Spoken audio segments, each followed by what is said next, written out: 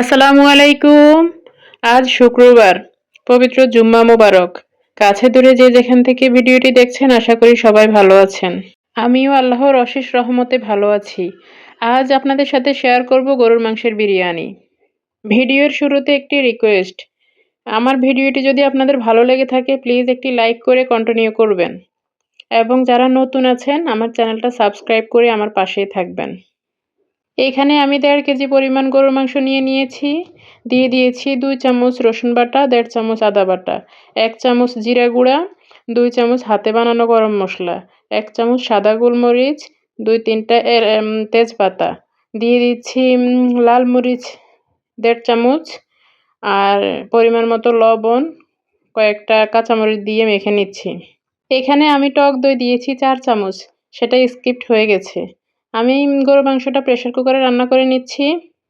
Pressure কুকারের মধ্যে আমি পেঁয়াজটা বেরেস্তা করে নিয়েছি। পেঁয়াজ বেরেস্তাটা আমি মাংসের সাথে মাখিয়ে নিচ্ছি। বেরেস্তা দেওয়া হলে মাংসটা আমি 10 মিনিটের জন্য রেস্টে রেখে দিচ্ছি। 10 মিনিট পর চলে আসলাম। ওই তেলের মধ্যেই আমি মাংসগুলো রান্না করে নিচ্ছি। এখানে আমি হাফ প্যাকেট বিরিয়ানি মশলা দিয়েছি। আমি যেখানে থাকি আশেপাশে বিল্ডিং কনস্ট্রাকশনের কাজ চলছে। এত পরিমাণ শব্দ হচ্ছে যে আমি ভয়েস দিতে পারছি না। কিছুক্ষণ থেমে থেমে ভয়েস দিতে হচ্ছে।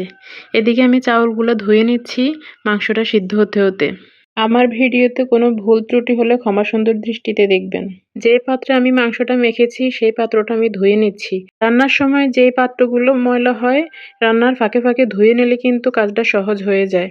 এখানে আমার সিদ্ধ হয়ে গেছে গরুর মাংস। আমি দিয়ে দিব নতুন আলু। নতুন আলুগুলো আমি একদম কাঁচাই দিয়ে দিচ্ছি। আপনারা চাইলে ভেজে নিতে পারেন। পাশের চুলায় আমি বিরিয়ানির চাউলগুলো ভেজে নেব। দিয়ে দিয়েছি তেল। তেলটা গরম হলে আমি দিয়ে দিচ্ছি পেঁয়াজ, কয়েকটা এলাচ, দারচিনি আর তেজপাতা। একটু লালচা হয়ে আসলে দিয়ে দিচ্ছি চাউল। যদিও কথাটা একবার বলেছি, আবার রিপিট করছি। আমার চ্যানেলে যদি নতুন কোনো বন্ধু হয়ে থাকেন প্লিজ আমার চ্যানেলটা সাবস্ক্রাইব করে আমার পাশে থাকবেন। চালের মধ্যে দিয়ে দিচ্ছি লবণ আর গরম পানি। আমি প্রেসার কুকারের মধ্যে যে আলুগুলো দিয়েছি সেটা কিন্তু পুরোপুরি সিদ্ধ করিনি। এখানে আধা সিদ্ধ হওয়া আলুগুলো কিন্তু আগে দিয়ে দিচ্ছি যাতে করে পুরোপুরি সিদ্ধ হয়ে যায়। ঢাকনা দিয়ে দিচ্ছি। চালটা পুরোপুরি সিদ্ধ হওয়ার আগে আমি দিয়ে দিচ্ছি গরুর মাংসগুলো। উপরে দিয়ে দিচ্ছি গাজর কুচি দিয়ে নেড়ে চেড়ে আবার ঢাকনা দিয়ে দিচ্ছি। এরই মাঝে আমি দিয়ে দিচ্ছি 2 চামচ ঘি, কয়েকটা আলু বোখরা আর কাঁচামরিচ দিয়ে আমি ঢেকে রাখবো প্রায় 5-10 মিনিটের মতো। একদম অল্প আঁচে ঢেকে রাখলাম। রান্নার সময় কিন্তু আমি একদমই প্লেট বাড়ি জমিয়ে রাখি না, কারণ রান্নার পর এগুলো ধুতে অনেক কষ্ট হয়। কিছুক্ষণ পর আবার নেড়ে চেড়ে দিচ্ছি। আলুগুলো কিন্তু খুব সুন্দরভাবে সিদ্ধ হয়ে গেছে।